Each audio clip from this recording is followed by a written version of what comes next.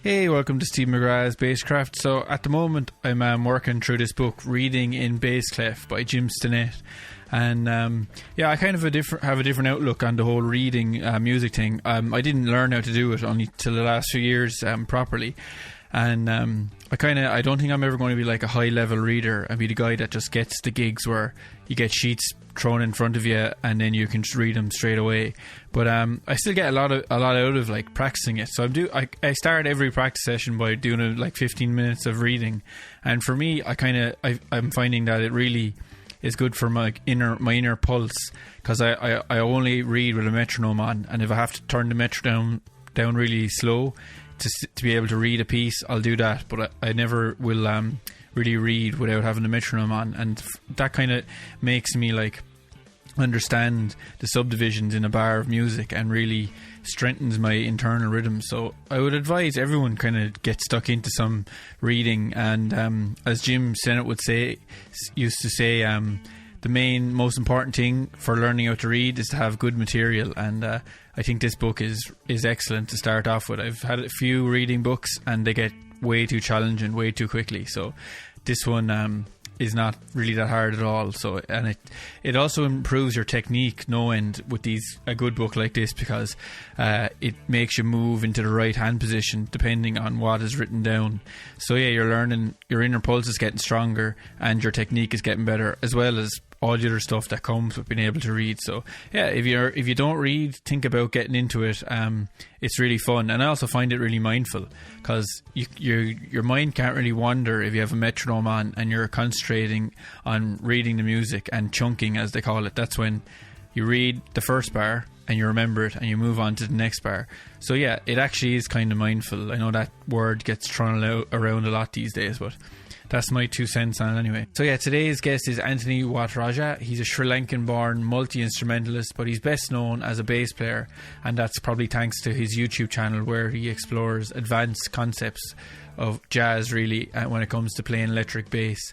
And I actually got lessons of Anthony last summer when the COVID thing kicked off. I wasn't practicing at all. I just wasn't inspired to do anything, and I'm a huge fan of his channel already, and I've learned a lot from watching his videos. And I saw that he had a sale on his lessons, so I said, you know what, okay, I'll just do it, I'll go for it. So I did, and I really enjoyed it. And of course, since I was spending the money on the lessons, I practiced a lot.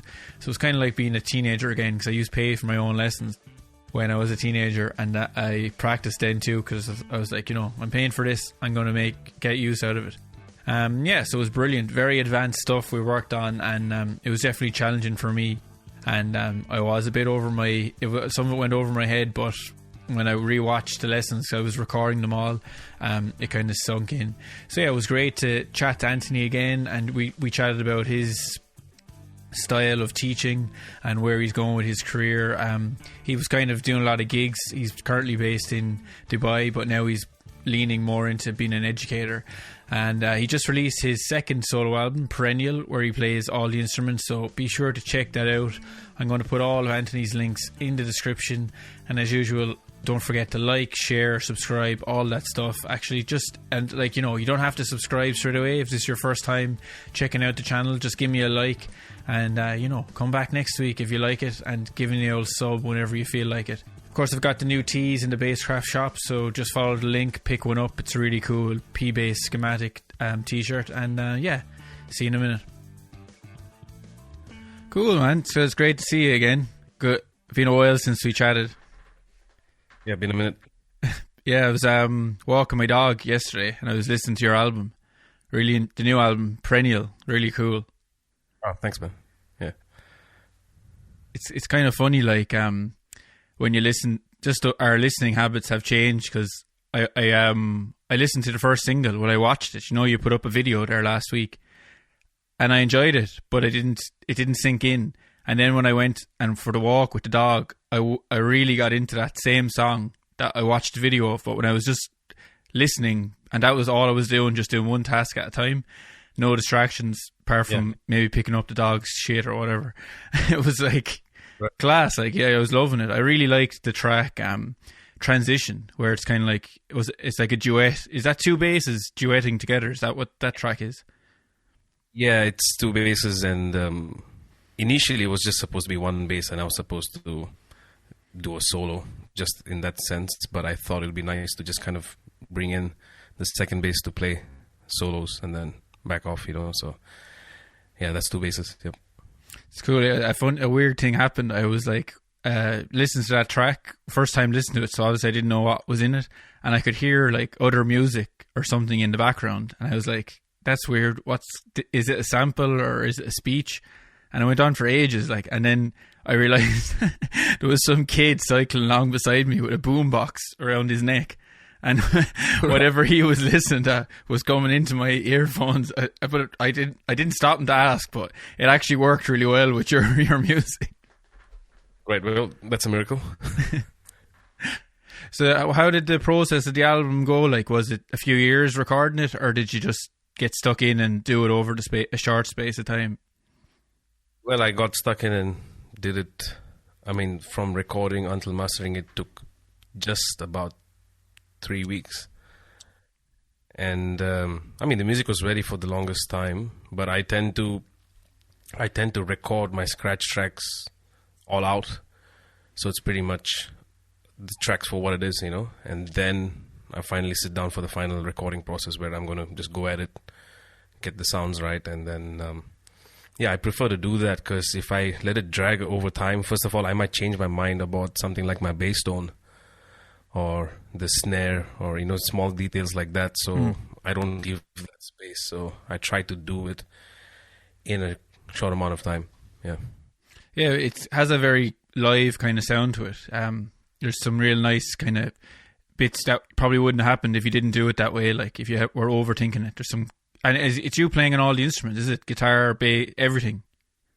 Yeah, everything. And I featured a good friend of mine on the track 5, Ephemera. Rami Lakis, great bass player and good friend of mine. And even getting him on board was just a matter of having somebody who has that sound for that kind of a vibe. I could emulate it, but I'd rather have him actually lay it down, But as far as the live sounding element goes, I think because almost all the tracks, with the exception of probably one where I had to punch in on the drums, everything else was one take, first and only takes. I kind of prefer that because I think it captures the essence of the song or the music. And anything else I try to do after that just never seems to work.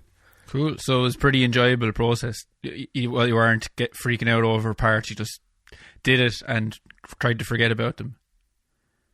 Yeah, because what I started to realize is that the minute I go for take 2 or take 3, I'm trying to emulate quite a bit of take 1 in terms of the feel. And then I end up just sounding like I'm putting a lot more thought to it, which can be good, but it's usually bad, at least in this style of music. It's different if I'm doing hip hop or something. But this particular situation, it just needs to come out for what it is as quick as you can. So, yeah. And did you do that on the first album as well, the same process, or did you approach it different?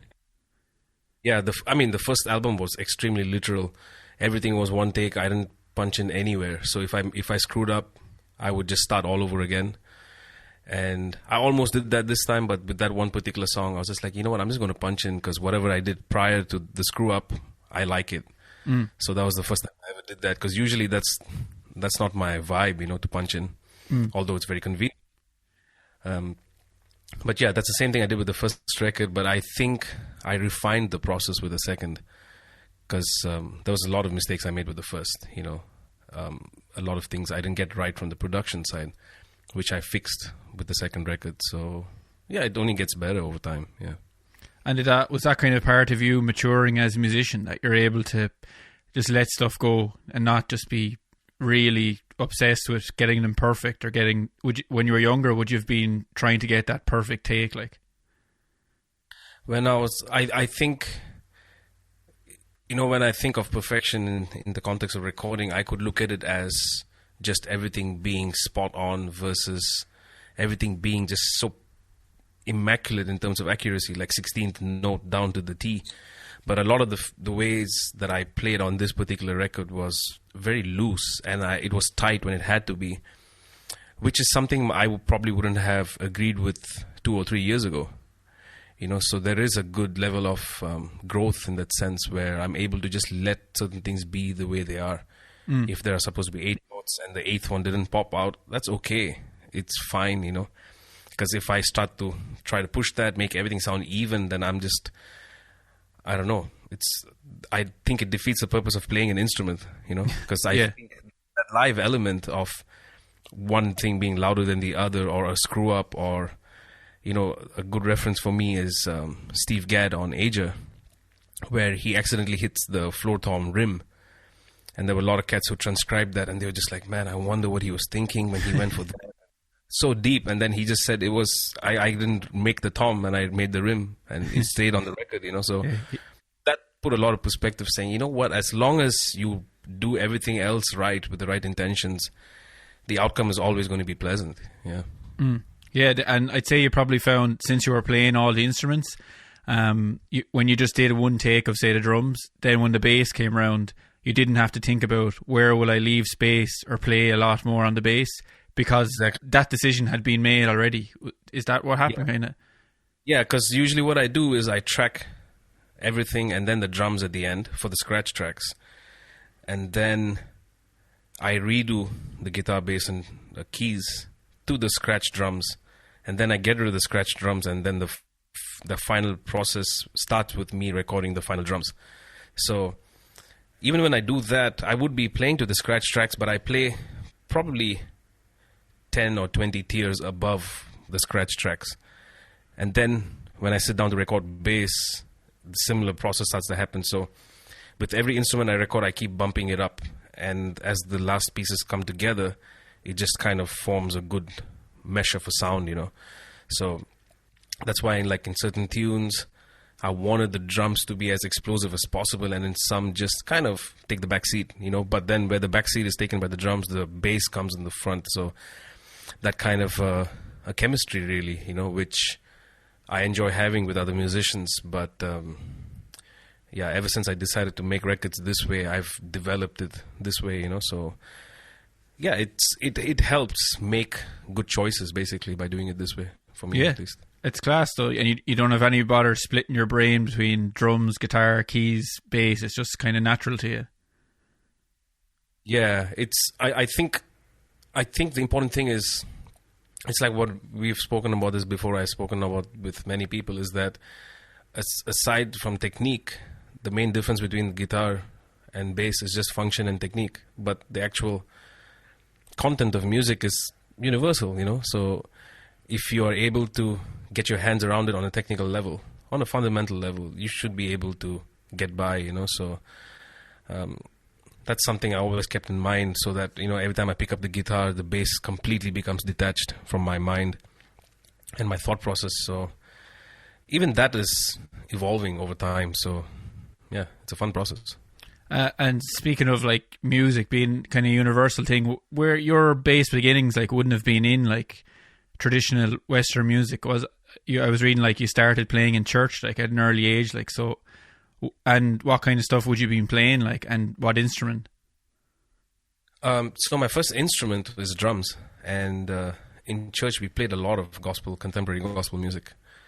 And gospel music, particularly in the 90s, even groups like Hillsongs, right, which is quite popular in today's church music, but Hillsongs today is a lot more alternative rock kind of vibe. But in the 90s, they were straight up gospel, quite gospel, so there was a lot of that. There was Kirk Franklin, Ron Canoli. There's a lot of these old school gospel guys that I grew up listening and playing. And somewhere along the line, my brother was listening to the Black Album. And Lars Ulrich, you were getting some. You were learning how to do that offbeat crash on the cymbal.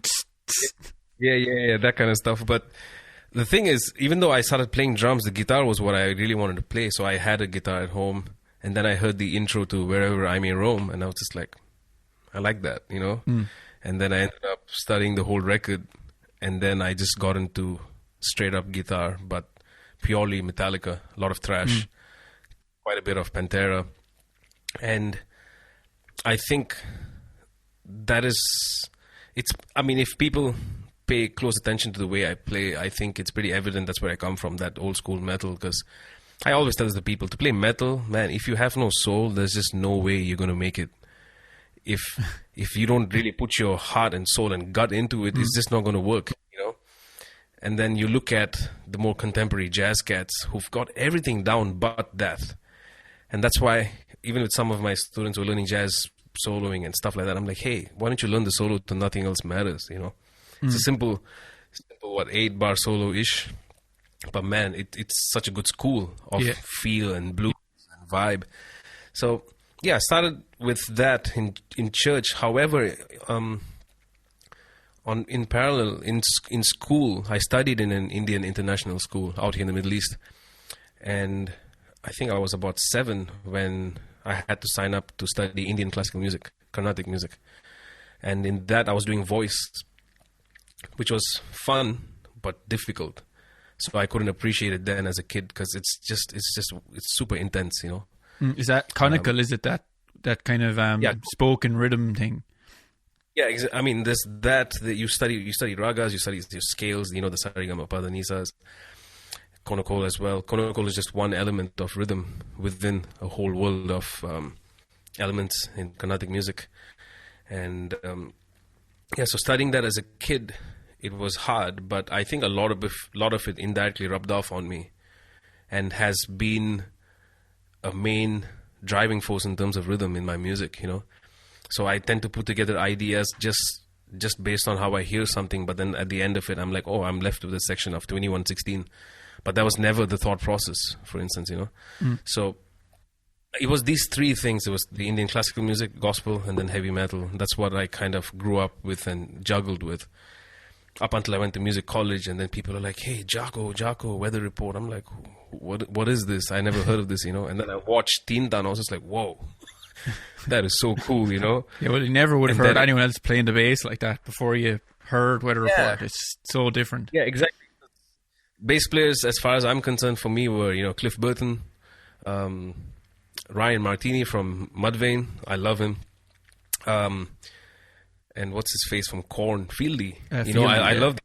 I don't like his tone is kind of Marmite though on the bass. Like he does cool rhythms, but the tone can be a bit strange for me. Like, yeah, the tonally is strange, but I dug his vibe and I dug the presence. You know, so that was bass playing for me. Like as far as good bass players go. And then I heard Jacko. I'm just like, what the hell is this? And then I heard him playing Hendrix. What is that?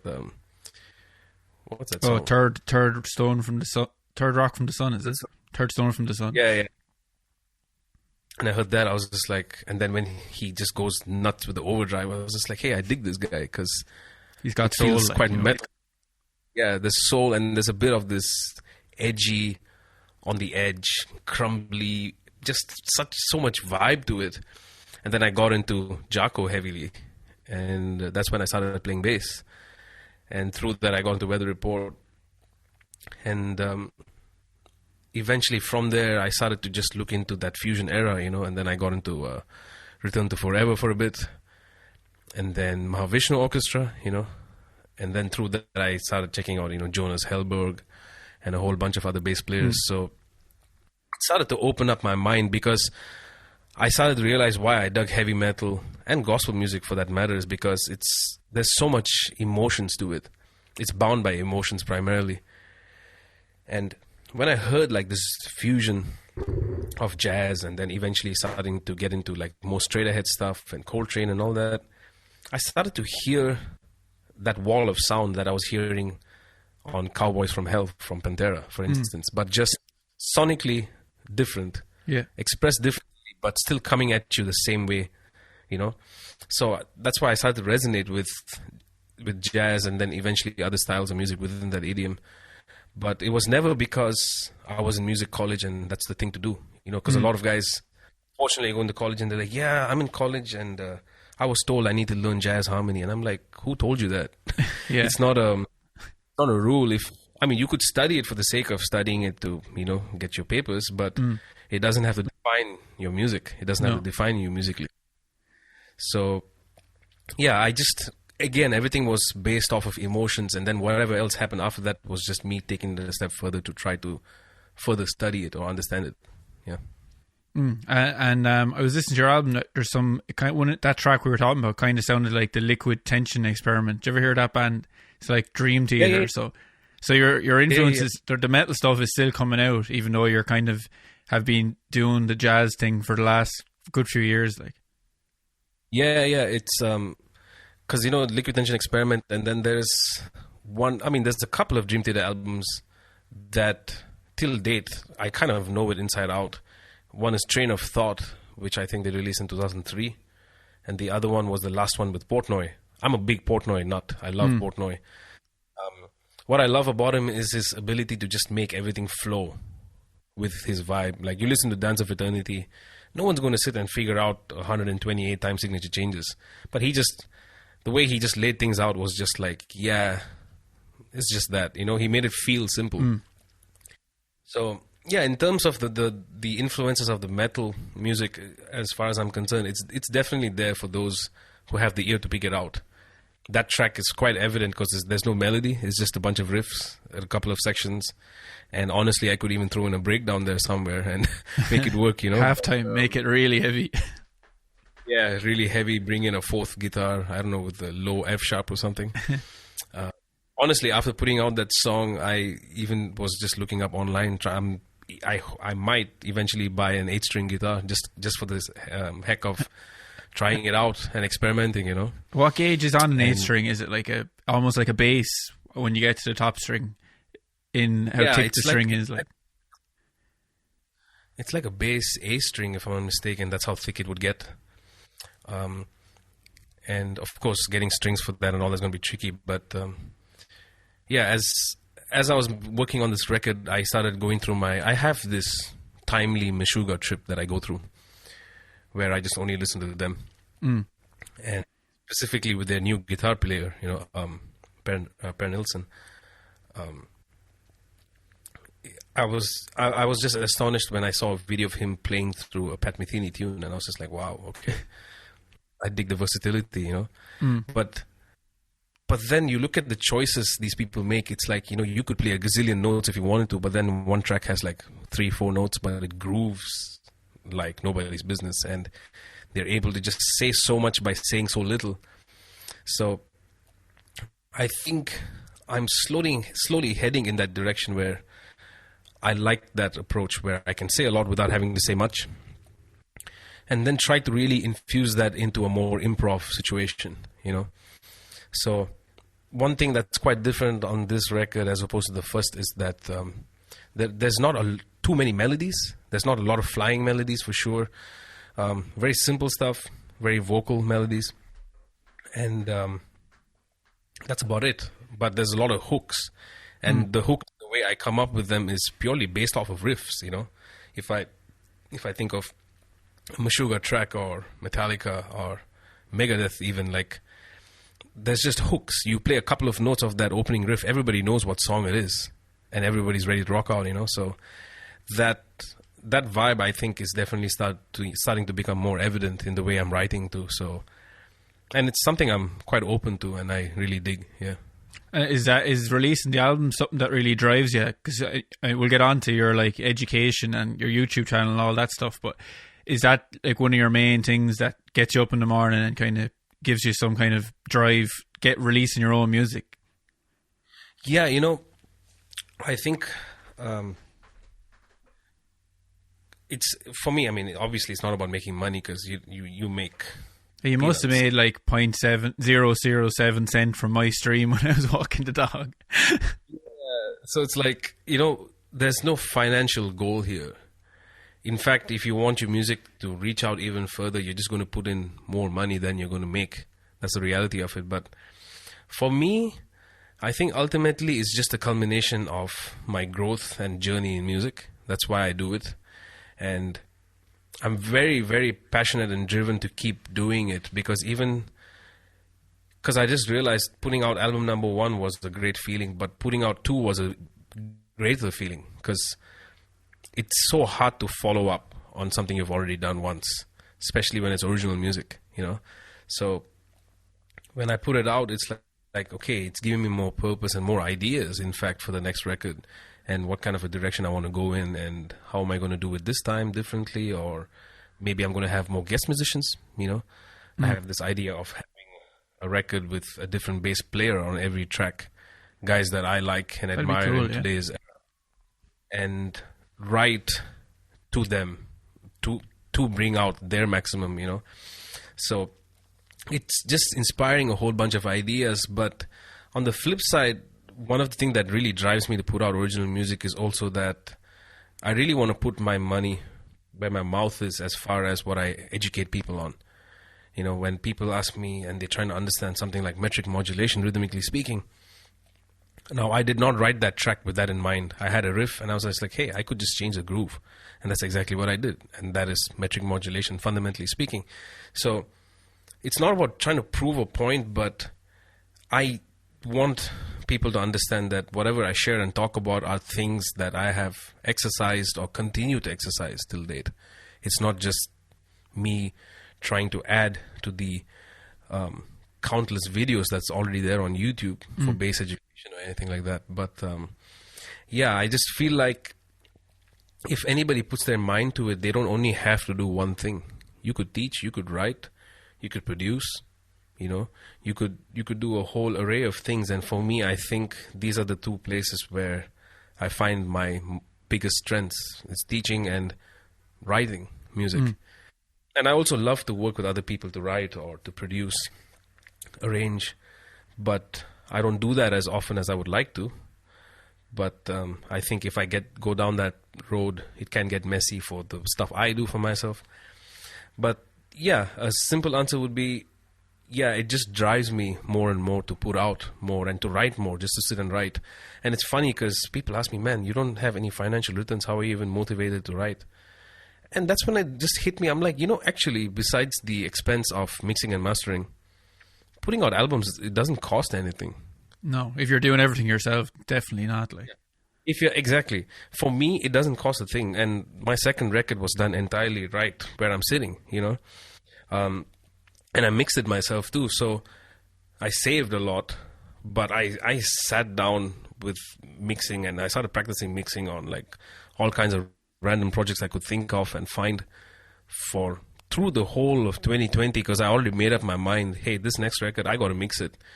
And so in terms of actual cost for me to keep putting out records every year, if I had to, it's not going to be much unless I change gear and do stuff. But even that, I can source that. I can finance that from teaching or the odd gigs, if that is even a word today. But yeah, so it's basically, I think I look at it like an investment plan for people to remember me when I'm not around. You know, that's the primary motive for legacy, me. Exactly. And in fact, it's funny. I distributed my record through DistroKid, and they have this option called Leave a Legacy. You just pay $49 once, and then your albums stay online even after you die. And I'm just like, great. You know, let's stick to that. Okay, that's deadly. Yeah, I love that. And I mean, of course, it sounds quite depressing too at the same time, but I think essentially that's what it is. You know, you're trying to leave behind something. Why do I put out videos? Why are you doing this? You're creating content, but you're leaving material for people to look at now and forever. That's the whole idea of why we do these things. So, and I think that really motivates me. That really keeps me on my feet. It really helps me keep myself in check in every aspect of, you know, my playing, my writing, and everything. And yeah, it's just all in, all out, you know. Yeah, I feel the same. Like when I started the podcast, I was kind of like, what? I just wanted to interview people who don't get interviewed as often, because there's too many podcasts in the world as there is, but nearly everyone who's been on my podcast has never been interviewed before. So it's like a time capsule, especially with the Irish guys. So it's the same. Like I don't want to make stuff that you put it up one week on YouTube, a bunch of people watch it, and then no one ever watches again. All my videos are getting hits the whole time because people want to see these interviews because there's nowhere else to see these guys talking. So it's a similar kind of thing. Like, yeah, you want to give people what they want, but at the same time, you're also giving them what they deserve in a way, what they deserve to watch, listen to. Because I think we live in an era where disservice is at its peak.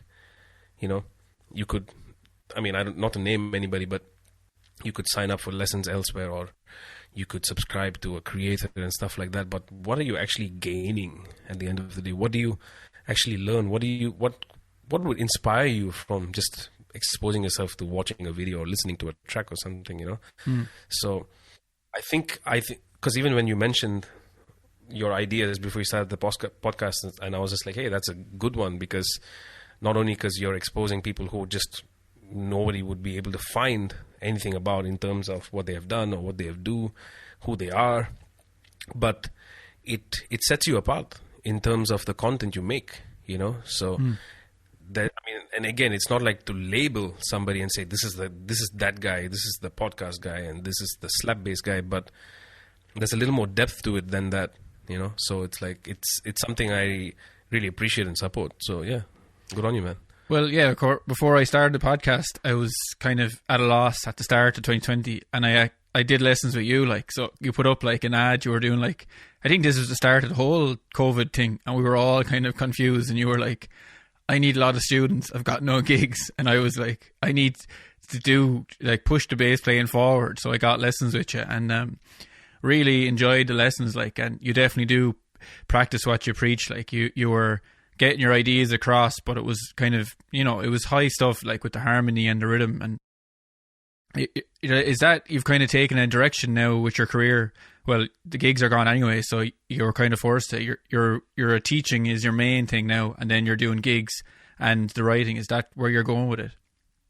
Yeah, you know, it's funny because that's where I wanted to go for the last 4 years ish.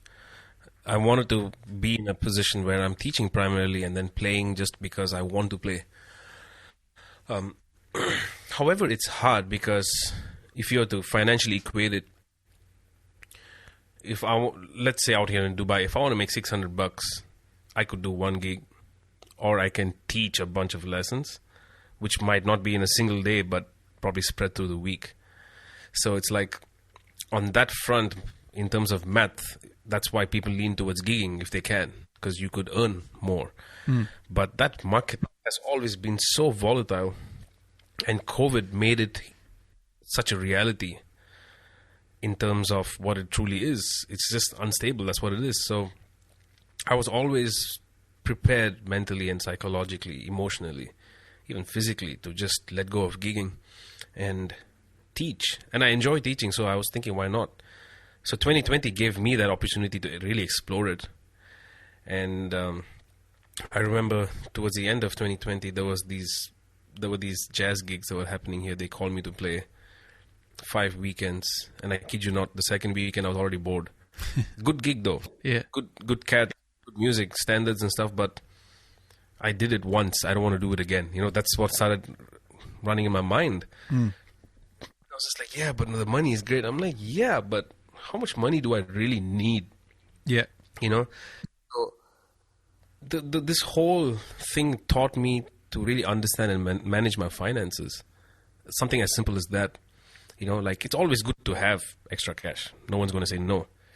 But what you need to survive versus what you need, and what you need to live comfortably and actually save. And I like to be there. But then there are cats that keep going down that road. You know, they'd be like, yeah, but I want to make $20,000 gigging. Yeah, cool. And then you buy a bass for $10,000 and then there are no gigs. It's like, you know, like, doesn't make any sense. So, yeah I think, I have no shame in admitting that I have turned to teaching full time, because, of course, that's the only thing left to do. Well, it's sustainable as well. Like, if you were to leave Dubai, you can go anywhere in the world now because you have your online presence, your online students. That's an amazing thing, because most musicians who are doing well on the gigging scene, they're known in that town. But if you're to transport them to another country, like you have moved around a lot, their scene would be gone. They'd have no way of getting gigs. So you can go anywhere, and you have your students will follow you because of the internet. Yeah, it's actually crazy because, well, technically speaking, this is the 4th country I've lived in as a gigging musician. My first was India. I was in India for quite a bit. Then I moved to Malaysia, Southeast Asia, back to the Middle East and Qatar, and then now here. it's not easy. It's funny because even Qatar is like barely an hour away, and then I moved here. Musicians know each other, but it still took me a long time to crack through. And it's not even a scene, it's a bunch of cover gigs, and it still took me an insane amount of time. And it's not because I suck, but it's just the way it is. It's just so hard to network and get things going.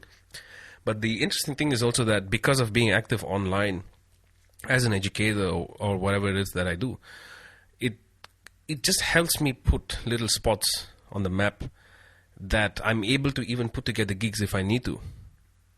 Locally, because I connect with so many musicians locally that I could just go down and play a bunch of gigs, and that was actually what I was planning to do in the summer of 2020. I was going to do Europe with the same band, but primarily out of Germany, and just hit the road. But these are cats that with the exception of the drummer, these are cats I just knew from socializing online, and they saw me through my channel, and then we connected, and then I put a record. So it really helps in terms of just that aspect of networking too, like for you to be able to travel and do things. But yeah, the teaching aspect is very sustainable, but it's also a lot of work because from the point of view of teaching, because a lot of guys are like, hey man, so what do I need to do to teach? I'm like, you need a shitload of content. And by that, I mean a buckload. You need a lot, especially if you have a student who's going to stick around for a bit. Well, some people are ferocious. Like I teach beginner bass, but I have this one girl learning, and she's unbelievable. Like, and one lesson plan she'll have done in 10 minutes. So those students are a lot of work in a good way. It's brilliant to have such a class student, but they just eat through your material. So you have to put so much work into getting ready for their lesson. Exactly. And in trying to being a step ahead of them, you start to grow too. So you not only become a better teacher, you become a better learner, and you better expand all your vocabulary of educational content, So, but it's not easy. It's really not easy. And at the same time, the tricky thing with teaching is that, okay, for instance, I've been working with this guitar player for well over a year. After a year, I've taken him back to lesson 1 not because he's forgotten about it or I've forgotten about it, but I feel like, hey, to make more sense of lesson number 25, let's go back to 1. But that ability to see the material for what it is and to be able to go back and forth if there's a need, or maybe completely revise and review lesson 2. So it's an insane amount of work, and people think it's an easy thing to do, and I'm just like, no, it's difficult. Especially for guys. You think about your students though, like you're saying there, like you see them as individuals, not just as, oh, here's John Doe coming on, I'll just do whatever. You have an individual plan for each student. Yeah, exactly. I have an individual plan. Sometimes I get lucky when I have 2 students who are like on completely different continents, but they're on the same level. So it's like, okay, cool. I can kind of use the same material. But in general, if I'm talking about, say, harmony on a basic level, I would have the same PDF or whatever I use, but then I'll have to get it across to you a certain way versus somebody else. Versus, I just did a lesson earlier with a guy who just started playing bass in November. And for me, that's a first. That's brilliant, right? That he went to like this ferocious jazz bass player for lessons. Yeah. Hopefully he doesn't want to be able to play like that in the next 6 or 7 months. Yeah, so but it's interesting because he came in and he's like, look, I've only been playing for so long. I have a decent understanding. I just want to be sure that I'm on the right track, and I would need somebody to keep an eye, from the ground up. And then when he played a couple of scales and stuff, I'm like, okay, you know what? He's off to a good start. So here's a few other things that you can use to just enhance what you already have. And that's why I tell people I like to work with beginners, but beginners who are open-minded, not a guy who comes in. It's like, yeah, I've been playing for 6 months, and then, yeah, I want to transcribe Donna Lee. It's like, yeah, no. Yeah, it's not going to work. That's not the way. Here's the thing, though. You could easily do it, but you're not going to get anything out of it because you won't understand what's going on. You will start thinking this chromatic sound is jazz, and then you start to just go down this rabbit hole, which is not really a rabbit hole. So it's like it can go either way, So yeah, teaching it's a lot of work. yeah, to say the least. I think it suits your personality though. So if anyone's thinking of signing up to it, you're very chilled out and generous with your time. So like I used to log on and you just be like chilling out, and if the lesson went an extra 10 or 20 minutes, you were completely cool with it, which was I thought was really nice. And so that's why probably teaching suits you as well, because you can stay at home and be Anthony who's being relaxed instead of being Anthony who's rushing to get to the gig on time and all that stuff. Yeah, and because, you know, on gigs, when I have an issue when, you know, like, okay, when I teach, you know, people might sign up for 30 minutes, but I'll happily sit and spend 45, 50, an hour. I've done that before with other people too. And it's not trying to paint myself in the image of me being a nice guy, but that's just how I am. I'd rather get something across, and especially if it's at the tip of my tongue, I really want to get it out for you to understand, or anybody to understand, and then be like, okay, is that cool? You want me to explain it again? But then when you get to gigs and they're like, yeah, soundcheck's at 4, and you get there at 3:30, and then soundcheck starts at 6, and I'm just like, man, that's just waste of time. I could have been at home. That's my first thought. Or I could have cooked a nice meal and had lunch instead of rushing lunch to make this 4 p.m. soundcheck. So it's like, you know, so I really focused on getting those kind of gigs out of my life. And then I started getting good gigs, which did not feel like a waste of time. But then in general, the amount of work, even when you think of it from the point of view of touring, for you to play a 2-hour show, the amount of preparation that goes in, the travel time, the downtime, the hotels, you know, the dodgy hotels with the rats in the basement and this and that. Like, you deal with all kinds of things, which, you know what, it's a great experience. I won't deny it. Being on the road, I loved it, you know, doing stuff in the past. And I would love to tour again, playing my music, you know, just being on the road. But it's not something I would want to repeatedly put myself through. Whereas teaching online specifically, of course, I'm home. One thing, I love being home. But I think it's vital to have that kind of a connection with somebody you're teaching or working with, where it's not like I'm even trying to put any of my students at ease. This is just the way I am when it comes to learning. You know, it's not about being on a, I don't know, military schedule or something. You know, it's like if it's going to take 3 lessons for somebody to understand what one note does against one chord, so be it. It's not going to rattle me. It's not going to piss me off. But what would piss me off is if the guy is unwilling to accept that he doesn't understand. So there have been moments where I not flip out, but I just run out of patience with some people. I'm just like, look, you're not willing to understand your shortcomings, so I can't work with that. You know, that's when I become less chill, and I'm like, okay, you know, here's your money back, or I wasted my time, you know. So in that kind of situation, I tend to feel that. But yeah, otherwise, because people mistake me to be extremely intense, which I can be. Yeah, but I'm quite chill. I mean, you know that. Yeah, definitely. I thought you were pretty similar to the way you come across on YouTube and the way you are like in person in the lessons. So is that kind of your vibe for your channel? You just put up stuff because they're not like overly edited either, your videos, you've got a really big following. Like, so you seem to have found, like we were talking about earlier, a niche. That's kind of your niche. You're just yourself. You don't overly edit them. You just put them up. And yeah, I mean, is that conscious, like, to start like that? You know, it's funny because when I started the channel, man, my frame was shit. I used to look so shit, and I didn't really put a lot of thought into visual aesthetics. I still don't. I think the main difference now probably is that the videos look better. I put an effort to just wearing pants, for instance. You know, those kind of small things.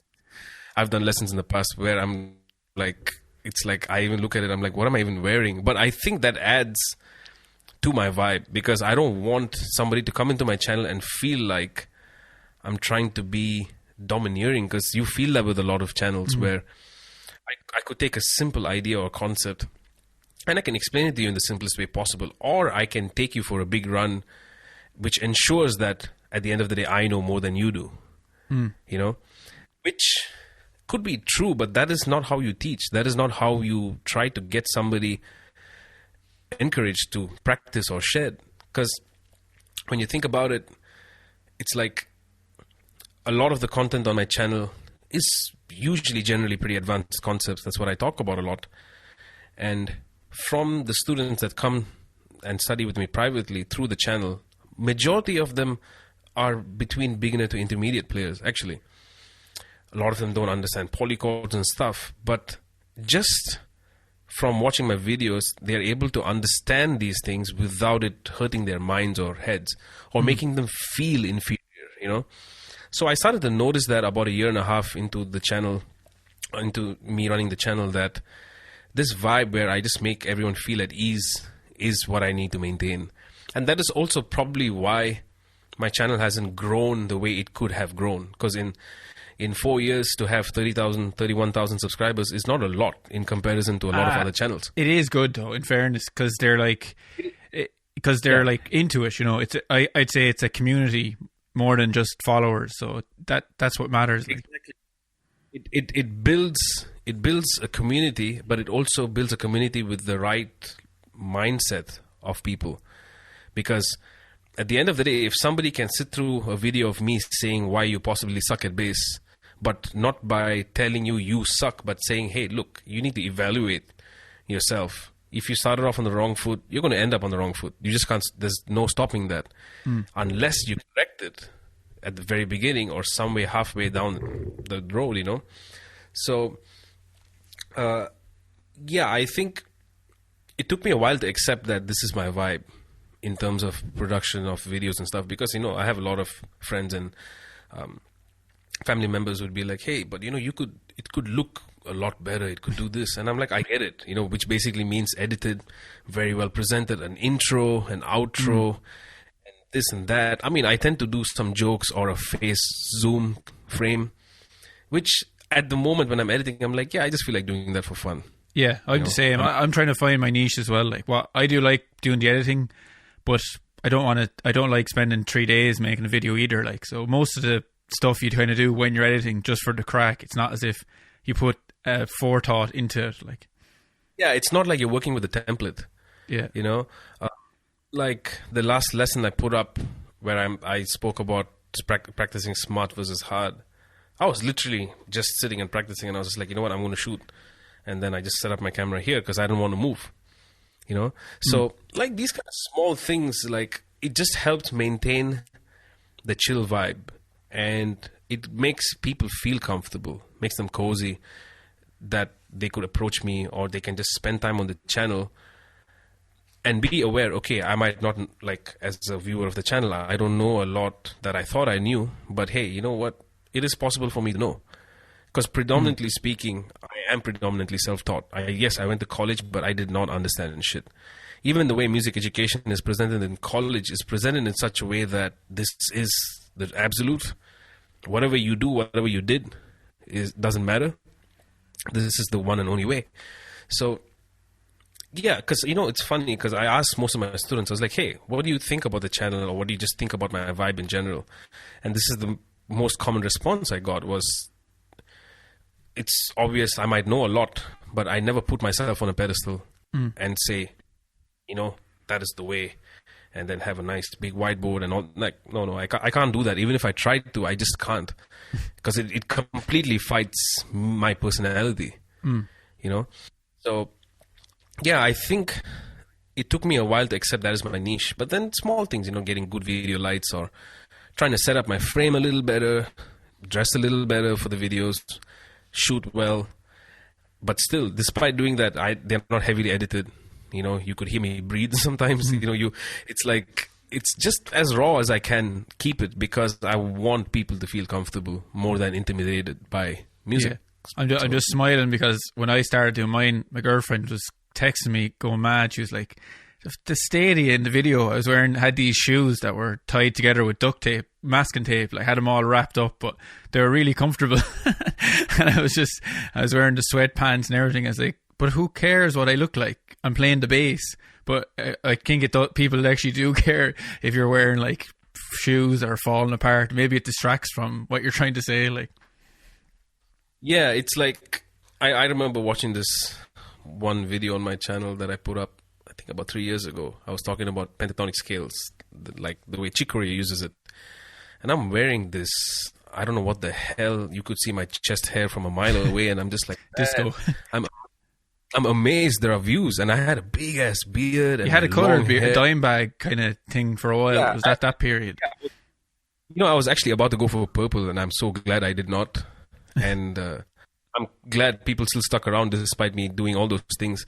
It's like, I mean, music is for the ears, music education or whatever it is. At the end of the day, we want to hear stuff, we want to improve, but the visual element is undeniable. But I think to go all in there and not the music is definitely a sin, in my opinion. But yeah, just me lately trying to put a little more effort into the way I just carry myself, even small things like that. It makes a big difference into the way people perceive you, because I think that's the truth of today anyway. Everything's so visual. Everything's very visual. In fact, when I released the first single off of the album, a lot of my friends were like, "Hey, nice video, and I'm glad you stuck to the shorts." And I'm just like, what is he on about? Then I realized the frame of me playing the piano. I'm wearing my Adidas shorts, and I'm just like, you know what? Yeah, that's fine. Missed that one. I missed that one, but that's okay. It's one of the three Anthonys, so that works in that situation. But that wasn't deliberate. That was not me not giving a shit about how I looked, but I was just on a clock, so I had to get it done. But yeah, it's tricky to find your niche and to stay consistent with it and evolve with it. That's the hard part. Yeah.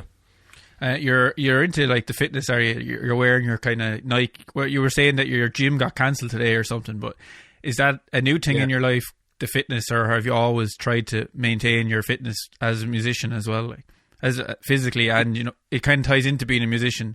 We get into these eating habits on tour. Like it's so hard to eat on tour. And then how do you stay fit when you're on a long tour? Like you kind of have to think about it. Yeah, the fitness thing right now is very recent, as of the last year and a half. Yeah, year and a half, coming on 2 years. But prior to that, prior to me getting into music college and all that stuff, I was very active as a kid in school. I was a basketball player, I played in an amateur league locally in Bahrain. I was very physically active, and I broke a bunch of bones too. I've broken both my thumbs, my right knee. Really? Breaking your thumbs? How does that happen? And how long does it take to heal? The thing is, I had a hairline fracture here, and this one was like a full-fledged fracture. And I was walking around with a cast like that for a month and a half. Did it affect your slap bass? Thumbs are like broken. Thankfully, at the time, I wasn't playing bass. So, yeah, I mean, there was a whole bunch of things. And I remember my mom saying, she's like, look, you want to do music or you want to do sports? You got to pick your side, because you're going to keep breaking shit the other way, which is okay, because that's a career in itself, right? You do sports, that injuries happen. I think you're accident prone, because I played rugby from the age of like 6 to 18. And I never broke a single bone. And I played like lot of matches and on one load of cups and tournaments and things. Never broke a single bone. Right. Okay. Yeah. You're lucky, because playing basketball is weird sometimes in the midst of the game. Because I remember how I broke this thumb, because I was trying to stop the ball at the very last minute. We were down 2 points, and I stuck my hand out like that, and the ball just jammed right into my thumb. So, yeah. Anyway, so I was quite active then, but then once I got into music full time, I just was glued to my couch or chair, so I put on hideous amounts of weight. And I remember back in April 2019, after I did the album launch concert of my first record, the keys player, a friend of mine here, Kiwi guy, Hiron, he's like, we used to work together in Malaysia years ago, and he's always looked the same. He doesn't age, and he's very strong and fit, And we were doing this gig where we had to take a flight of stairs that was not just stairs up, but it was a spiral staircase. I had to carry my amp up those stairs, and I took my smallest amp, and I was dying, and he had a Nord 88 keyboard, which weighs it's like a coffin. And he just picked it up like it was nothing, and he just walked up those stairs, By the time I got up, I was so beat. I needed to have water. I needed coffee. And then I was just like, man, I'm not even that old to be feeling this way. This isn't right. So I need to fix these things, And then because of my knee issue, I couldn't exercise or do a lot of things. And that also led to weight gain. But eventually, once I got my mind into it, I started to fixed my eating habits, and then just started hitting the gym really hard, and I dropped a ridiculous amount of weight, and I gained some of it back through 2020 because of gyms being closed and because of my injuries and also my we kind of graze as well. Like when we're home this often, you're like, I'll go into the kitchen, I'll nibble on something, because you're not leaving the house. Like you're constantly nibbling on things. And for me, it's like because of my RSI on my left wrist, bodyweight training can be quite tricky for me. Like I have my good days where I could crank out 25 solid push-ups without any pain at a set, and there are days where I can barely do 2 just because my left wrist has just given up, So bodyweight training was not an option, and I was just starting to slack a little bit, but I didn't gain way too much because I lost 20 kilos in total, and I gained about 8 of it back. And now I've dropped about 2 or 3 from that again because gyms have opened up here again. And but even that, small things like that, like, because I've started to work out again regularly as of the last month, cycling when I can and stuff like that. But there are days where I just know my body's not up for it. And today is one of those days. That's why I told you, I canceled my workout slot because now we have to book workout slots because of COVID to maintain social distancing. But, it not only affected me physically speaking in terms of visual aesthetics or whatever, but my ability to just remain calm has drastically gone up. Just the way I'm able to process things and just handle situations, even musically speaking. Simple things like some of the tracks that I put on this record, if you hear the scratch track versions, like the ones with the vocal melodies, they were I think I had 15 layers at one point of the voice with 4 different voices, including mine. Jacob Collier coming through.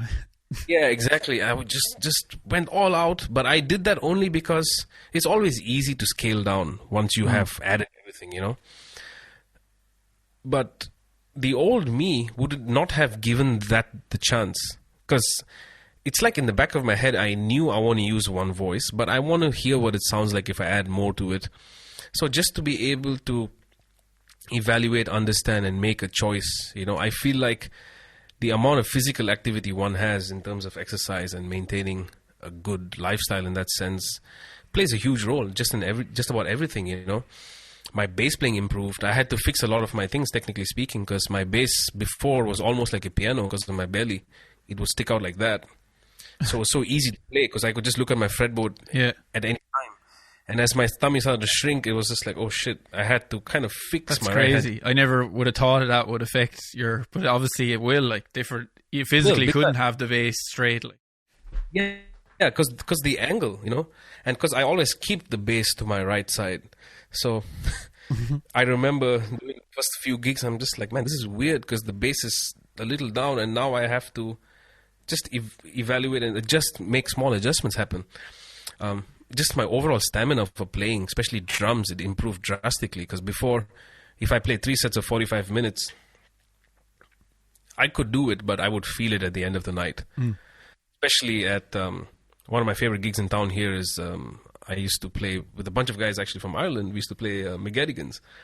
I used to play drums, and there were only 2 mics, one for the kick and one overhead. So I should just smash away, and we're just playing straight up rock.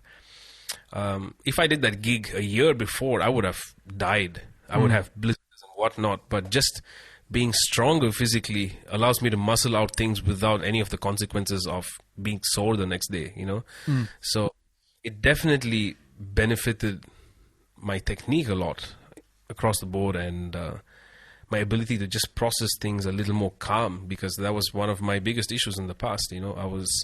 I still am a hothead, but I have a lot more control over it now. And hothead in the sense of there was a time where I would find a YouTube video of a particular lesson which is completely shite, and I'd be like, man, what is this guy doing? And I would share it on my Facebook, and I would just be like, this is what's wrong with the world, blah, blah, blah, blah, blah, rant, But now I'm just like, even some of the comments I get on my channel, man, if I got those 3 years ago, I would be off of YouTube. How do you deal with the trolls? Do you just ignore them and move on, or do you give them give back what you think? Oof, man, it's tricky because some of the trolls are incredible. Like there's this one guy who said, I'm a huge fan, but your playing is so mundane. And I'm just like, what are you trying to say? You know? Yeah. I mean, you're a fan of what if you don't like the plane? Yeah, and I'm like, what are you a fan of? So I was just like, and he called me a bro. So that was my key point. I was just like, I just replied, I was like, hey, first of all, I'm not your bro. And second of all, I don't care. But it was funny because it angered me. But then I was just like, is it even worth it? Like, what's the point? What's going to happen? Especially if I choose to get aggressive online, you know? Yeah. And especially living in times of the cancel culture where anything can be used against you and then the next thing you're just out of the game. So I've put a little more thought into the way I react to a lot of things online. Like it's incredible because like you need really high tolerance to be active online because the number of idiotic people you come across or comments and stuff like that it's just getting worse by the year, you know? Yeah. Well, the bigger your channel gets, the more good followers you'll get and the more idiots you'll get as well. Yeah. I mean, there are followers who would make jokes in good spirit, and then there are guys who just... I remember one guy left a comment saying, I'm so bad, I need to practice even if I'm in the toilet. And when I saw that comment, honestly, more than anger, I was just laughing because I'm like, man, that's such a creative comment, you know? And I just remember replying saying, okay, man, I'll try this. But he kept going on, and that's when I lost it. I'm like, okay, you know what? I gave you the wiggle room to troll, and I said, okay, cool, thanks. And then now we're just going at it. So, okay, now that has to stop. So that's the good and bad about the internet, isn't it? Yeah. It gives access for everybody to just be themselves, but some people should just not be themselves. Yeah, well, the people who are giving out don't have their own channels. They just like, I don't know, maybe they don't feel good about themselves, so they just want to go on and slag someone else. Yeah. It'd be hilarious if a big channel came on and slagged you. That might be something. Then you could have an argument then, the two of you together, like a discourse maybe. You know, I remember seeing something online because I follow more than music. Actually, I follow cooking channels a lot. I love cooking. So, oh, really? Yeah.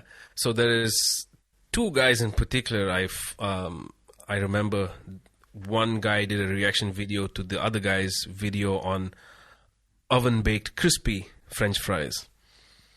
And one guy bettered the other recipe. And they've always had... They wouldn't see eye to eye on a lot of things, but the way they discussed their thoughts was just incredible because it was so mature, respectful of the differences and the indifferences. So it's like, okay, you know, we vibe here, we don't vibe here, and that is okay. Yeah. But this is why I don't vibe, this is why you don't vibe. And people need to see that. And when people look at conversations like that, it's like, wow, okay, so there is... Healthy discourse is possible, like. Exactly. It is very much possible to disagree on something without it having to be a ruckus. But in today's world, especially music, oh gosh, yeah, like... I haven't disagreed. I was thinking, would it be funny if I had Janik Gwizdala on, or this Irish YouTuber? He like... The Irish guy trolls people, clickbait. So I wanted to have him on, and maybe how would we have a healthy argument about? I don't like what he does. Like, it's a bit, but maybe he can explain what he does and why he does it, and say it's not clickbait. And Janik as well, he was giving out about Davey 504 and all, and Charles Berthoud saying they're ruining the bass and all this, which I don't agree with. I think they're getting people playing the bass. They're just having a bit of fun, like, but. I don't know, is it possible to have these healthy discourses when it comes to music? It's just not something that happens very often, is it? Like, it's, you know, it's really hard to say because I always tell people there's musicians and then there's bass players and drummers. Just because in terms of intellect, we are right at the bottom of the barrel, you know.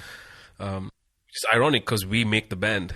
Yeah. But then when it comes to being we just don't know how to do it. You know, Davey 504 and these guys, are they an education channel? No. Does Davey say, hey, this is how you play over a 2/5 using the altered scale? No. He's just having a good time. And he is probably directly responsible for a few million people knowing what the bass guitar actually is. Yeah, exactly. So if anything, because of him, because I've had people come up to me, it's like, hey, that's the bass, right? Because, yeah, I see this guy on YouTube, Davey 504. I'm like, yep, that's the bass, man. That's better than somebody coming up to me and saying, nice guitar, you know? So while again I might disagree and agree with a lot of things that a lot of people do, whether it's Davey 504 or anybody else, I'm always up to have a rational conversation to understand why one would disagree and one wouldn't. But a lot of musicians don't have that ability because, I feel like when something doesn't sit well with you, it doesn't sit well with your ego more than anything else. Because at the end of the day, there is just no absolute truth in music. In terms of, to study harmony, you need to do this or you must. No. I've met people who don't know what a minor 7 flat 5 is. But man, they can write some beautiful music. They play beautifully. They don't know anything. And then when these guys say, hey man, I want to learn stuff, I'd be like, don't. Just stick to the way you're doing it, Yeah. Let your ears be everything. But there might be somebody else who knows each and every aspect of harmony and bitonality, atonal music and quarter tones and this and that, but then they can't even voice a C major, your standard C major on the electric guitar or acoustic guitar and sing Happy Birthday. Like, you can't do that. Like, there's so many points I could use to argue or shoot down somebody, but I never do it from one side. But I think generally with bass players in particular, when anyone tries to pick an argument or pick up a fight, it always comes from just looking at it from one side. Like, for instance, the best example I can think of is how a lot of bass players trash Jeff Berlin.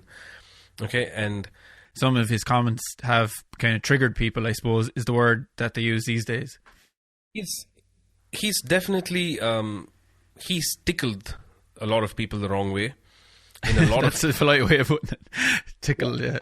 Yeah, I would see, I'm just being careful with my words. Well, and I would also say, even though I didn't agree with what Janik said about Davey and them, I have bought his PDFs and I bought his HX Stomp very recently. So I still am a fan of what he does, just because I don't agree with every single thing he says either. Like, I still support him. I've give him my money. Exactly. And I think that is vital. Like, you don't have to agree with everything with everyone. Like, for instance, Jeff Berlin's a big advocate of no practice with the metronome. Okay, in a specific context, I've even told you this before or anybody else. Like, that's not where you go to directly when you learn something new. And I clarify that. You get something new, just get it down under the fingers, and then if the metronome feels like it's going to help clean up your issues, go for it. But don't start there. But I agree with him. But after a certain point, I start to say, yeah, you know what? After a certain point, if you want to advance your level of rhythm and understand a lot of things, and you have a drive and interest for it, you need it. You're going to need it, because at the end of the day, it's a machine that won't falter. It's like I tell people, play with backing tracks as much as you can, if not more than playing with people. If you want to practice playing straight ahead, play with the track, because the track will never stop playing. The track won't speed up. It won't slow down. The changes remain. What more do you need? Well, you can't straighten your inner pulse if you're not going to use a metronome or something, because your inner pulse will just get worse, because you'll be like compounding how bad your timing is by playing without something to fix it. Like, yeah, because it's like, you learn something, you practice it, you get the hang of it, and then you want to contextualize it in time. Go for it. Would that work all the time? Maybe, maybe not. It really is subjective. It's based on individuals. Like, for me and a click track, we have good relationship. I'm able to work with clicks quite easily whenever I record or do anything. I didn't necessarily have to sit and practice it, but I use it sometimes to teach certain students. In fact, my mentor in college, he would walk into class and he would say, okay, we're going to start at 60 beats per minute. He would turn on the click and he would ask me to play, and then he'll just keep pushing the tempo up and down, and then tell me to try to maintain my time. I remember the first time he did that to me, I was just like, how on earth does this make sense? And he was just like, just try it. Just get in there. We're going to keep a minute of 60 BPM, and then we're just going to go all over the place with the metronome, but you need to stay where you are. So he would do that and come back to 60 just to see how far I've nudged. So I was always about 3 BPM up. So my issue fundamentally lied in my urge to rush through ideas as opposed to dragging. A lot of bass players drag their time. And I feel like rushing and dragging is part of the same problem. You just are not comfortable enough here in order to play something. And sometimes because of lack of translation of that, it just comes out wrong or too quick or sounds confusing. Like I've heard some transcriptions when I hear certain phrases and these are solos I know or bass lines I know. I'm like, it shouldn't sound like that. Like when you see any Teen Town cover, it's just like most of them are in a hurry to play the song, if you notice, Yeah. So I'm just get through all the licks. Yeah, it's like take your time with it, groove with it. It's a groovy bass line. You listen to Jaco, grooves the hell out of it. But yeah, it's so hard for musicians to have a debate. I would use the word debate because everything turns into an argument. One is trying to prove the other wrong, or like, oh no, I'm of the Jeff Berlin school, I'm of this. Paddy Tucci said that, or Cliff Burton did this, or Billy Sheehan. He's a shredder, he's not a bass player. I mean, man, it's like after a certain point, I'm just like, the amount of time you spend into thinking about all these things, if you actually put on your instrument, we won't be having this conversation, It's kind of like Italians when it comes to food. They can be hilarious. I have a friend, and he keeps posts. He lives in my hometown here in Ireland, but he's from near Rome, like. And he always be putting up things like no pineapple on the pizza, and or no egg in no cream in carbonara, and he's like seriously getting pissed off about it. Yeah, it's okay. I've seen that a lot of times too. Like with food, anyone posts an easy pad thai recipe, and then you would see all the Thai people. Yeah, but traditionally we don't use this, that. It's like, okay, I get it. But first of all, the guy posting didn't ask you. The guy posting also clarifies that this is not traditional. Despite knowing these things, you still do it. That's human nature. Like, you just have this itch to want to say something even if it's not your place. And I believe musicians take it to a whole other level. I remember when Chick Corea passed away, I'm a huge fan of his body of work. Okay, and by that I mean the groups he put together. He had some of the most classic rhythm sections in jazz and fusion. Weckl and Paddy Tucci and Vinny, or like those kind of combos. And he wrote some great stuff. But I'm not the biggest fan of how he played. Okay, but that doesn't mean I'm trashing the guy. No. But from the point of view of piano, there were other piano players that I emotionally connected with a lot more. But from the point of view of body of work, I mean, this guy played all the way from Miles Blue Mitchell to all the young generation jazz musicians of today. That's a huge body of work, decades and decades. Longer body of work than some people's lifetime. Even. It's kind of like Mingus as well. He's remembered more for his compositions than his bass playing, which obviously was on point. But we kind of remember him for the compositions more. Yeah, the compositions and the way he produced. Like, I mean, even the record Mingus from Joni Mitchell. Yeah, I love that record. Beautiful record. So it's like, it is okay for somebody to be recognized for something else besides what they're primarily recognized for. And it is okay for me or you or anybody to say, yeah, I don't like the way he played or whatever, but I dug what he did. But man, I remember just telling this to one friend and he was just like, how could you say that? He's one of the greatest. I'm like, I'm not saying he's not. But if I don't connect with it, why should I lie? Mm-hmm. I loved Jaco because of one simple thing. It was not the bass playing anything the first time I heard. It was just the ferocity in his playing. So ferocious. I loved that. Punk jazz, as he put it himself. That's what it is, like the ethos of punk, but with jazz music almost. Exactly. And then why did I get into Coltrane with Elvin Jones? Because I heard the same ferocity in that playing, So it's like, but that's me. That's my vibe. I dig something that's ferocious because I believe music, while okay, it should be mellow or whatever, but it needs to come at you like a wall of sound. That's my opinion. Everything doesn't have to be that way, but that's my vibe. That's how things resonate with me. So it's like, yeah, it's very interesting how lopsided people can get. Because I even looked up a thread where a bunch of guys were discussing me doing the brand new heavies gig. That was a bad idea, probably. I'm glad I did it. I'm glad I did because there was one guy who was hell-bent on thrashing me for not hitting the right notes all the time. Little did he know that I didn't even rehearse with the band. He did not know that I was there just playing as the gig happened. until one guy pointed it out. Mm-hmm. And he respectfully bowed out. He's like, okay, I did not have an idea. If that is the case, hats off to him. The Day Heavies are kind of a blues rock kind of band. Is that the band? No, they're like an acid jazz funk band. Okay. Very tricky gig because no rehearsals, but a lot of the songs have iconic bass lines. So I remembered and memorized as much as I could, 13 songs, and just went at it. Of course, I'm bound to make mistakes. No rehearsal, just 1 hour sound check. So for somebody to go all out to judge me on one video I posted off a gig where I clearly state like, hey, I got a call at 2 in the afternoon, and next thing I know, I'm sound checking at 4 with the brand new heavies, and then 9 p.m. I played with them. Their bass player wasn't around. Is that what happened? The gig just... Yeah, he couldn't make the flight. So they landed in Dubai. They were looking for a bass player. They were trying to fly guys in from London, and they were just like, hey, there's Anthony in Dubai, get him. So when I got on, I realized there were no charts. So they just made scratch charts, which are just not legible.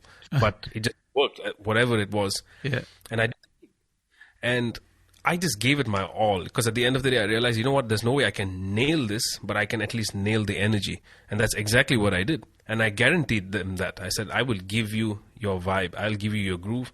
My notes could get off, but you got to give me some wiggle room. And they were like, yeah, of course. But then on this forum, 5 pages of just me being trashed, I'm just like, okay, this is very interesting because clearly this person hasn't read into the whole story. Mm-hmm. And a few other people are like, yeah, but he's more of a fusion player, so his note choices can be weird. I'm like, that doesn't even make sense, It's I'm not going to go do a pop gig and hit a sharp 11 on a C major, Baby, you're on fire, your work, and then I'm hitting tritones. Like, I'm not going to do that. I might play fusion or whatever, but I know how fundamentally serve the song. Yeah, exactly how the bass works. But the assumption that they went with, looked at the rest of my channel, oh, he's shredding over giant steps. Yeah, he's a fusion guy. His groove is off. This, that, yada, yada, yada. And then one guy says, hey, he didn't have a rehearsal. He just did the gig, literally. And then they're like, okay, they all backed off. That surprised me because I was surprised that they actually just ended the thread there because in my previous experience, they would have just kept going with it, So I think... Yeah, it's. I wish musicians were more open-minded, but I think it is literally wishful thinking for them to.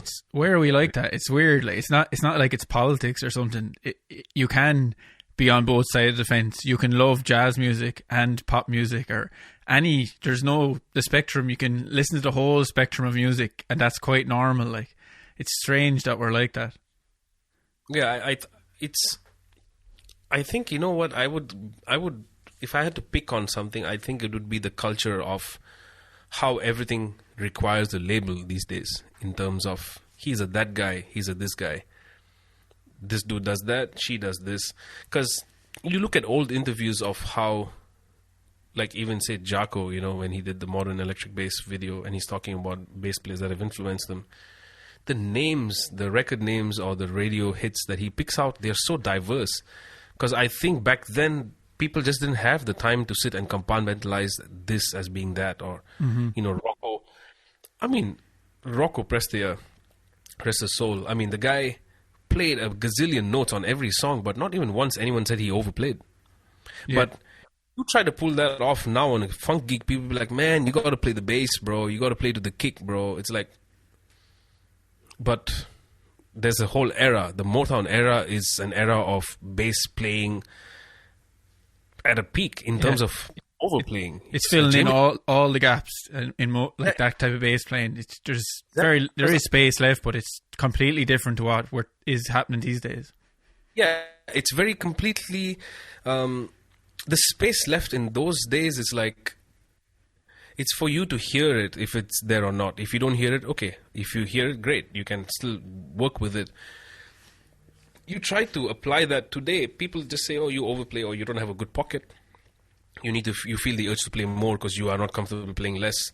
And there's just so many things I've been thrown at in the past, And I'm just like, okay, if that's how you think. But it's definitely very peculiar with the drums and bass. These two communities in particular, because from a functional point of view, it's the simplest thing, but it's the most crucial at the same time. Like. I always see these videos of, it's like I told people, based on my last couple of lessons ago, I was talking about this. You know, you talk about Hadrian Thoreau. Nobody's going to think of him as a guy laying down bass lines. Why? Because the internet doesn't allow it. Every damn video of Hadrian is him soloing. Is he posting it? No. He's not the one going around saying, hey, check out my chops. It's everybody else, and these same people say he can't groove. It's like... I saw one where he actually is backing up, coincidentally. It's at NAMM, and he was just... what's that Italian guy who's like ferocious on the bass as well? Enrico Malaman. Yeah, not Davey, the other famous Italian bass player. And Hadrian was doing the backup, and it sounded really nice, obviously. And I know everyone should know he can play that stuff as well. Like, yeah, I mean, there's records and recordings of him where he's just playing bass his way, but just what the music needs. But nobody's willing to talk about that because that is not impressive. And then what is impressive apparently is not good because the unimpressive stuff doesn't matter. So it's just like... This is never-ending loop, basically. It's immaturity, really, when it comes to these things. Like I was completely closed-minded growing up. I was like, well, first it was just, metal, rock, and then I had my little jazz period, and I was like, everything else is crap. But you're supposed to grow out of that when you're not a teenager anymore, and then just be open to all the ideas. Yeah, and it's very difficult to open your mind to this, to be able to accept differences and be okay with it, and also know what's right from wrong in your light or your point of view versus why somebody would look at you a certain way. And it's very important to not allow your ego to get affected in all of this, because it's like my number one tip for growth in life, and I learned this from my mentor, is just the ability to accept shortcomings and strengths. He always clarified that to me. Like, for instance, one of the things he told me in the past, this is after I learned Donna Lee, right? Been playing bass for a year and a half. I learned Donna Lee. I killed it. And then he's like, I want you to imagine this, a beautiful stream in a river. I'm out for a swim. I'm surrounded by beautiful fish. And then out of nowhere, we all hit a dam. Just out of nowhere, there's a dam there, and then boom, everyone hits head first and dies. And then he looks at me, he's like, you're the dam. And I'm just like, what? He's like, yeah, you just don't know how to flow with what you're playing. And I was just like, imagine you're 18, 19, you hear this shit, you'd be like, man, no. Screw this guy, I'm never coming back to these lessons. Screw you, man, screw you, old guy, And he was this old Chinese guy.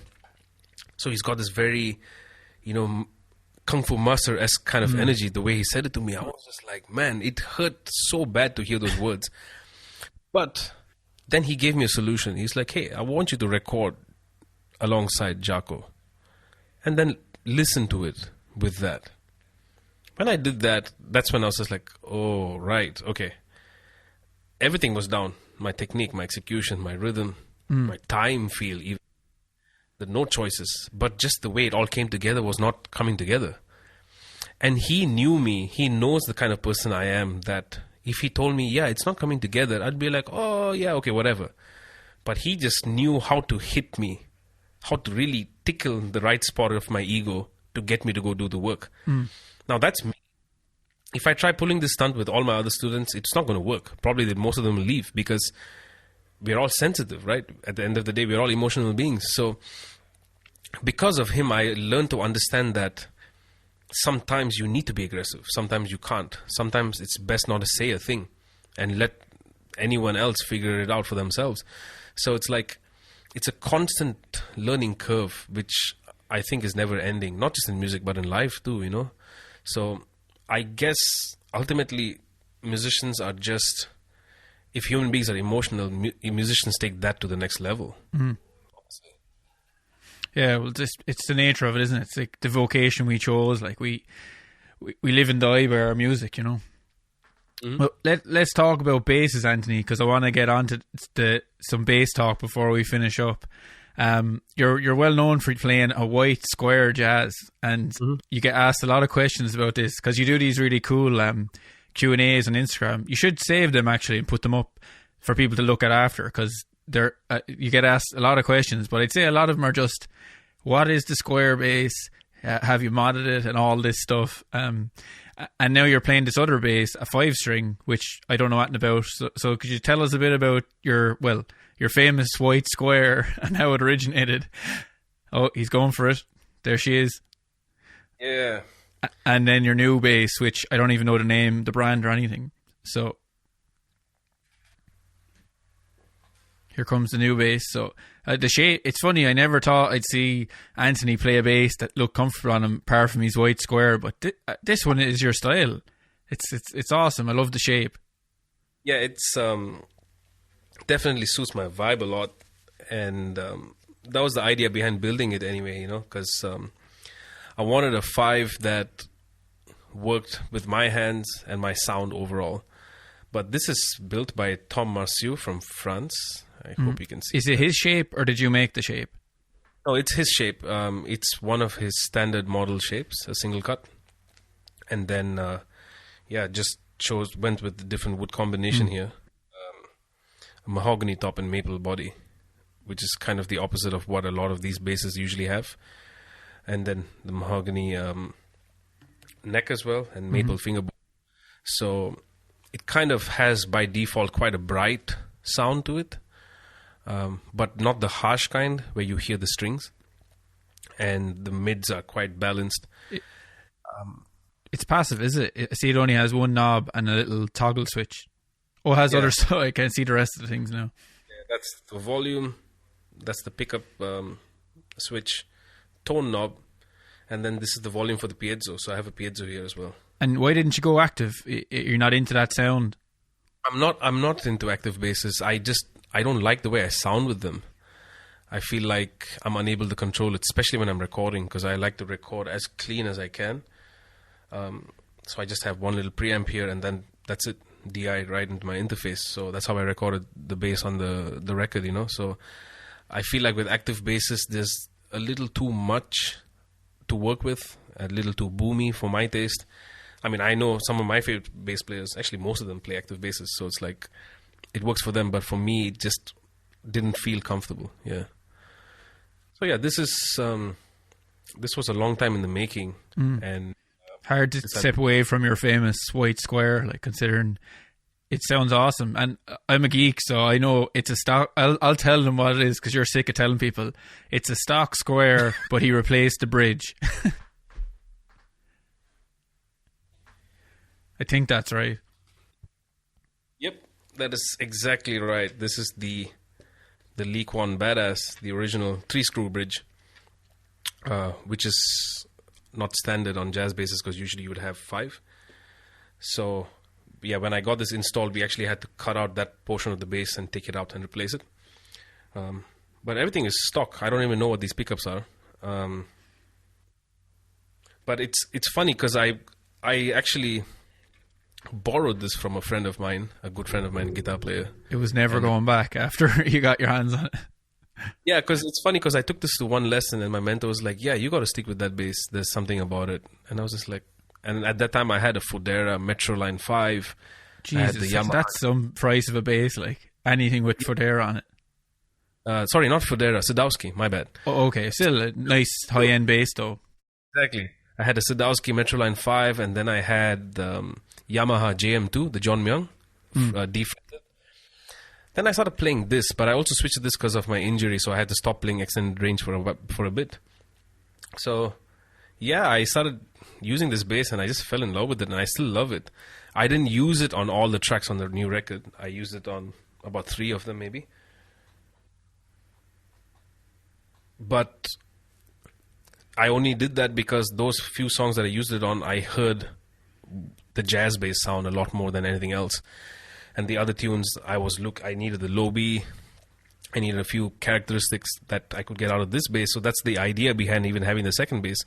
Because the comments would come, hey, your Squire is better than this.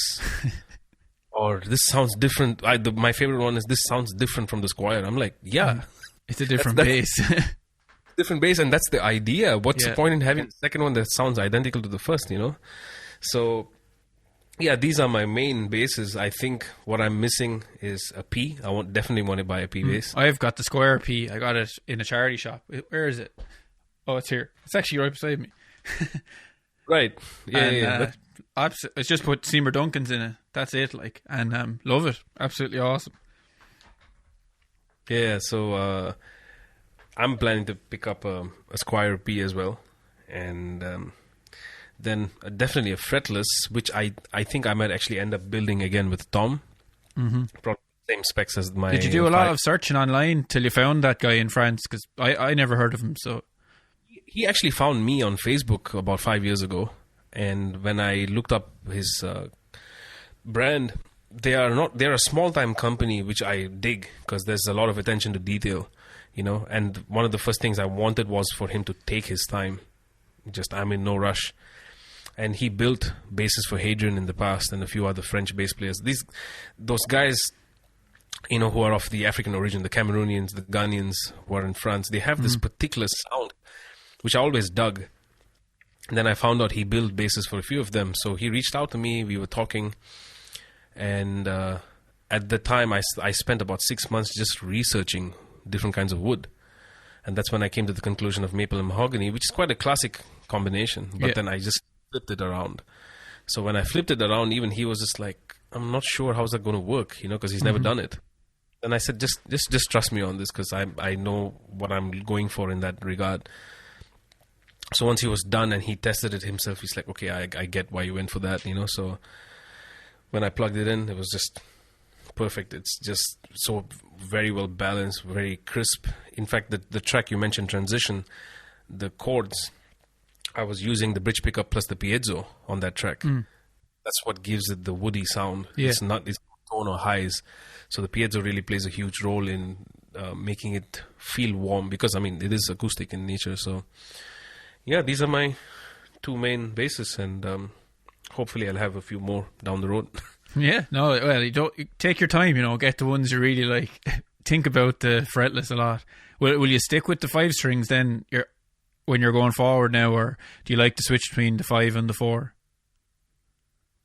Depends on my need for it. But as of now, I'm going with the 5 a lot more, because I think tonally speaking, it's a little more versatile.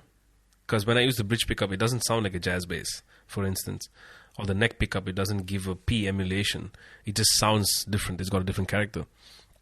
So I'm going more, I mean, the last few gigs that I've done or recordings, I've been using the 5. It's always nice to have access to the low B, at least for what I do.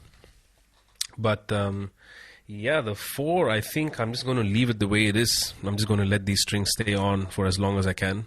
Get a nice thumpy, dead sound. So, yeah, ideally, maybe somewhere down the road, I might just buy a double gig bag. Yeah, fire them into it. Cool. Yeah, why not? Well, before we finish up, I suppose a lot of people watching this, you're very well known for your ferocious bass technique, and we covered a bit of your bass journey. So what kind of stuff should people be doing to kind of maybe get to somewhere near your level? It's just practice, I suppose, or running scales or transcribing songs, or there's no shortcut, obviously. I'd say there is none, but what would you say to people who are, because they watch your channel, they see you playing, and what really comes out is how clean you play the bass. You've got a very good technique. What kind of stuff should people be working on to maybe get on that road themselves? Like, I think to make some kind of visual connection with the way your fingers move around the neck. Okay, so this is something I've done a lot. In fact, when I moved and started to live with my brother years ago, he found it strange. So one of the things that I tell people is to practice in front of a mirror, which is very peculiar, because why would you do that, right?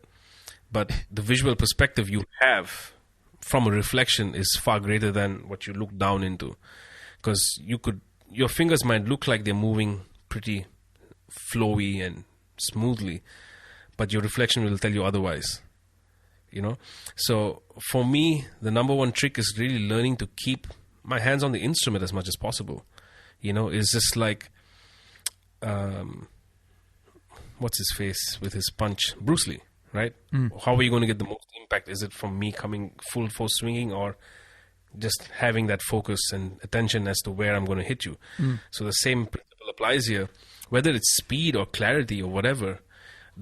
you need the uniformity of your fingers. You know, you look at cats like Hadrian as well, and all those other players. Their fingers look so uniform, and I think that's a huge part of that sound. You know, and then at the same time, you want to talk ferocious and speed. You look at Billy Sheehan. As much as it looks like he's got a bit of flying fingers, it's still very uniform the way it moves. You know, so I think that is something. Again, it has nothing to do with bass or technique. It's literally visual, just for you to be able to look at yourself from the other side. That's a new take on it. I haven't heard anyone say that before. Like, so. That's interesting. Yeah, because I started to notice some shortcomings in my playing when I started doing that. You know, just I had my webcam open, I'd just be practicing. I'd be like, yeah, when I want to hit something with my pinky, I would hit it, but then my first finger comes flying out. Like those kind of small things. And then really fix that nice and slow, take it slow. And then for speed, the ultimate way to build speed is to just try playing fast. Once you know what you want to play fast, you know. But again, just having a visual cue as to how your technique is, whether it's sound or not, is quite important in my opinion. Yeah. Cool. Well, cheers for coming on. I guess people check, where do you hang out mainly? It's YouTube and Instagram. They're your two spots, is it? Yeah, YouTube, Instagram, and Facebook. Yeah. Cool, man. Cheers for coming on, and hopefully you'll get to tour your own album. Probably not 2021, but 2022. Yeah. Get to Europe, do a tour. I think by the time I get to tour, my third record will be out. So we'll see. We'll see what happens. Hey, that's good though. Keep pushing. You know, keep it lit. Keep coming out. Absolutely, man. Thanks. Cheers.